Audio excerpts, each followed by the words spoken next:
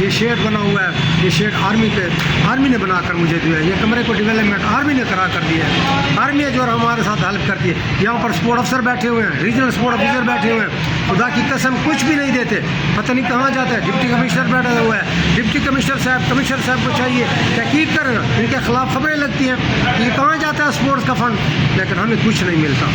یہ جھوٹ مارتے ہیں۔ اگر کوئی کہے کہ ہم ان کو فنڈ دیتے ہیں، اس ریسلنگ اکیڈمی کو دکھا دیں، ثابت کر کے دکھائیں کہ ہم نے اس کو جو ہے نا کوئی 50,000 روپیہ دیا ہے کہ ہاں بھئی یہ آپ پہلوانوں کے اوپر خرچ کریں۔ اپنی مدد آپ کے ساتھ چل رہے ہیں، اللہ ان کو ہدایت دے کہ اس زیر اسمل خان کی طرف نگاہ کریں، اس ریسلنگ اکیڈمی کو۔ یہ ریسلنگ اکیڈمی 40 سال سے چل رہی ہے، کوئی سرپرستی کرنے والا نہیں ہے۔ سب کے سروں پر میں نے پگڑیاں باندھی ہیں، سب کو عزت دی ہے، بلاتا ہوں، کشتیاں کراتا ہوں، اوپن مقابلے کراتا ہوں لوگوں کو۔ لوگ آتے ہیں دلچسپی لینے کے لیے یہاں پر۔ ڈی خان میں یہ ایک ہی رہ گیا ہے ریسلنگ کلب، ریسلنگ اکیڈمی حق نواز پارک میں، جو 40 سال سے میں چلا رہا ہوں۔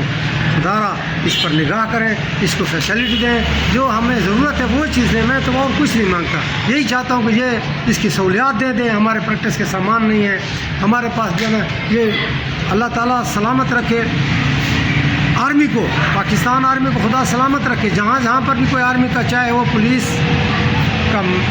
کا یا ایک چھوٹا سا سپاہی ہے یا بریگیڈر ہے یا کرنل ہے یا جو بڑا آدمی ہے، خدا ان کو سلامت رکھے۔ یہ شیڈ بنا ہوا ہے، یہ شیڈ آرمی نے بنا کر مجھے دیا ہے۔ یہ کمرے کو ڈیولپمنٹ آرمی نے کرا کر دیا ہے۔ آرمی ہے جو ہمارے ساتھ ہیلپ کرتی ہے۔ یہاں پر سپورٹ افسر بیٹھے ہوئے ہیں، ریجنل سپورٹ افسر بیٹھے ہوئے ہیں، خدا کی قسم کچھ بھی نہیں دیتے، پتہ نہیں کہاں جاتا ہے۔ ڈپٹی کمشنر بیٹھا ہوا ہے، ڈپٹی کمشنر صاحب کو چاہیے تحقیق کرنا، ان کے خلاف خبریں لگتی ہیں کہ یہ کہاں جاتا ہے اسپورٹس کا فنڈ، لیکن ہمیں کچھ نہیں ملتا۔ یہ جھوٹ مارتے ہیں۔ اگر کوئی کہے کہ ہم ان کو فنڈ دیتے ہیں، اس ریسلنگ اکیڈمی کو دکھا دیں، ثابت کر کے دکھائیں کہ ہم نے اس کو جو ہے نا کوئی 50,000 روپیہ دیا ہے کہ ہاں بھئی یہ آپ پہلوانوں کے اوپر خرچ کریں۔ اپنی مدد آپ کے ساتھ چل رہے ہیں، اللہ ان کو ہدایت دے۔ یہ مخلص نہیں ہے، اسپورٹس کے بھی مخلص نہیں ہے، پتہ نہیں ان کو موت بھول ہوئی ہے۔ سب نے فنا ہونا ہے، کل نفس ذائقۃ الموت، ہر شخص نے موت کا ذائقہ چکھنا ہے۔ یہ کروڑوں روپے اپنے اس الیکشن کے دوران کروڑوں روپے لگا کر خرچ کرتے ہیں، اور جتنے بھی یہاں پر سیاستدان ہیں ڈی خان کے، اور جتنے بھی کمشنر ڈی سی یہاں پر، میرے پاس ریکارڈ موجود ہے، میں نے ان کو یہاں پر بلایا ہے۔ میرے پاس وزیر اعلیٰ عنایت اللہ خان گنڈاپور یہاں آ چکے ہیں، آفتاب شیرپاؤ یہاں آ چکے ہیں، کمشنر، ڈپٹی کمشنر، تمام حضرات، یہ جو سیاسی لیڈران ہیں جو سیاست میں آئے ہوئے ہیں، ان سب کو میں بلاتا ہوں، اور عوام کو بھی یہی کہتا ہوں کہ عوام بھی آئیں یہاں پر، وہ ہماری حوصلہ افزائی کریں اور پہلوانوں کی حوصلہ افزائی کریں۔ اور ان سیاستدانوں سے کہتا ہوں کروڑوں روپے وہاں خرچ ہیں، کم از کم اس اکیڈمی پر بھی کچھ نہ کچھ خرچ کرنا چاہیے۔